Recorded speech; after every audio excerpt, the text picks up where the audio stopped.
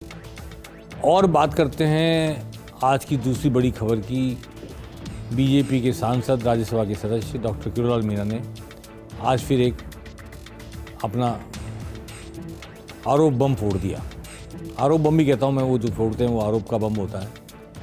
किरोड़ीलाल मीणा थाने गए रिपोर्ट दर्ज कराने, थाने के बाहर बैठ गए। आज वो 20,000 करोड़ का एक घोटाला बता रहे थे, कथित घोटाला, जलदाय विभाग का घोटाला।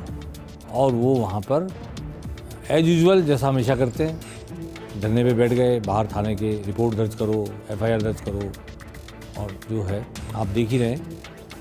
और किरोड़ीलाल मीणा के साथ आज राजेंद्र राठौड़ ने भी, जो नेता प्रतिपक्ष हैं, उनके सुर में सुर मिलाया पार्टी धर्म निभाते हुए।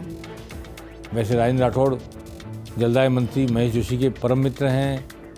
सन 76-77 से जब यूनिवर्सिटी में पढ़ते थे तब से महेश जोशी छात्र संघ अध्यक्ष थे राजस्थान यूनिवर्सिटी के। तो वो राजेंद्र राठौड़ का और महेश जोशी का एक ही ग्रुप हुआ करता था। पहले राजेंद्र राठौड़ बने, बाद में महेश जोशी अध्यक्ष बने। लेकिन आज उन्होंने महेश जोशी के विभाग पर लगे आरोपों और महेश जोशी पर लगे आरोपों के मामले में किरोड़ीलाल मीणा के सुर में सुर मिलाया। और किरोड़ीलाल मीणा ने कहा कि ये 20,000 करोड़ का घोटाला हुआ है। एक IAS अफसर का नाम भी लिया और वो काफ़ी एग्रेसिव नज़र आए। पिछले 2 महीने से वो प्रतिदिन कोई ना कोई प्रेस कॉन्फ्रेंस करके हर 2-4 दिन में एक बार कोई ना कोई आरोप लगाते हैं, सरकार का कच्चा चिट्ठा खोलने का दावा करते हैं, दम भरते हैं। और चुनाव नज़दीक है इसलिए उनके जो आक्रमण है उस आक्रमण की धार पैनी होती आ रही। पर ये आक्रमण उनकी पार्टी के आक्रमण से अलहदा है। पार्टी उस तरह आक्रमण नहीं कर रही जिस तरह ये आक्रमण कर रहे हैं। उस पर फिर किसी दिन चर्चा करेंगे कि पार्टी उनके साथ कितनी है और कितनी नहीं है, सतीश पूनिया के ज़माने से लेकर आज तक। परंतु महेश जोशी ने तत्काल प्रेस कॉन्फ्रेंस बुलाई, इन सभी आरोपों को गलत बताया, निराधार बताया और कहा कि ये सारे आरोप मिथ्या हैं और इनमें कोई सच्चाई नहीं है। तो आरोप लगाना एक पक्ष है, आरोप को निराधार बताना दूसरा पक्ष है। आइए सबसे पहले सुनते हैं डॉक्टर किरोड़ीलाल मीणा ने क्या कहा आरोप लगाते हुए, फिर राजेंद्र राठौड़ ने क्या कहा उनका समर्थन करते हुए। ठेकेदारों की पूलिंग हो गई, पूलिंग के कारण 30 से 40% हाई चले गए टेंडर। तो वो RTPP एक्ट का वायलेशन है जिसमें 5 साल की सजा का प्रावधान है। तो वो 20,000 करोड़ का जो मामला है, दूसरी FIR वो है। और पहली FIR ये है जो 900 करोड़ का काम 2 फर्मों ने ले लिया, वो काम भी पूरा कर दिया। और बार बार एनकोर ने लिखा है राजस्थान सरकार को उस पर कार्रवाई करो। उसको लेके ये कंप्लेनेंट PN शर्मा जी आए थे, मेरे को पार्टी ने जिम्मेदारी दी थी आप इनके साथ जाए, और इन्होंने मुकदमा दर्ज नहीं किया। 2.5 घंटे तक हम बैठे रहे, फिर प्रतिपक्ष के नेता भी आ गए, इन्होंने अब भी मुकदमा दर्ज नहीं कर रहे। तो प्रतिपक्ष के नेताजी ने मेरे को कहा है कि आप कंप्लेनेंट को लेके बाहर थाने पे बैठ जाओ, हम रणनीति बनाएंगे।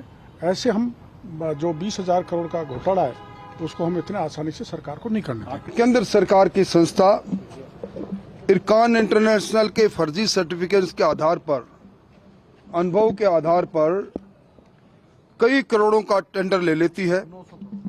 900 करोड़ के टेंडर लेने के बाद और जब कंपनी लिखती है कि ये हमारा प्रमाण पत्र फेक है और प्रमाणिक दस्तावेजों के साथ डॉक्टर किरोड़ीलाल जो सांसद है और साथ में अपने परिवादी और वकील के साथ आकर कहते हैं कि ऑनलाइन FIR दर्ज करने का दावा करने वाली ये सरकार, ये प्रमाणिक मामला ये दर्ज करे। तो राजेंद्र राठौड़ नेता प्रतिपक्ष ने पार्टी की ओर से किरोड़ीलाल मीणा को समर्थन दिया है। किरोड़ीलाल मीणा के आरोपों को सच बताया है, सही बताया है और FIR दर्ज करने के लिए दबाव बनाया है। और किरोड़ीलाल मीणा जिस बात को लेकर खड़े हुए हैं खुद भी कह रहे हैं कि पार्टी ने निर्देश दिया है, और राजेंद्र राठौड़ की मौजूदगी बताती है कि वाकई पार्टी इस बार उनके साथ है।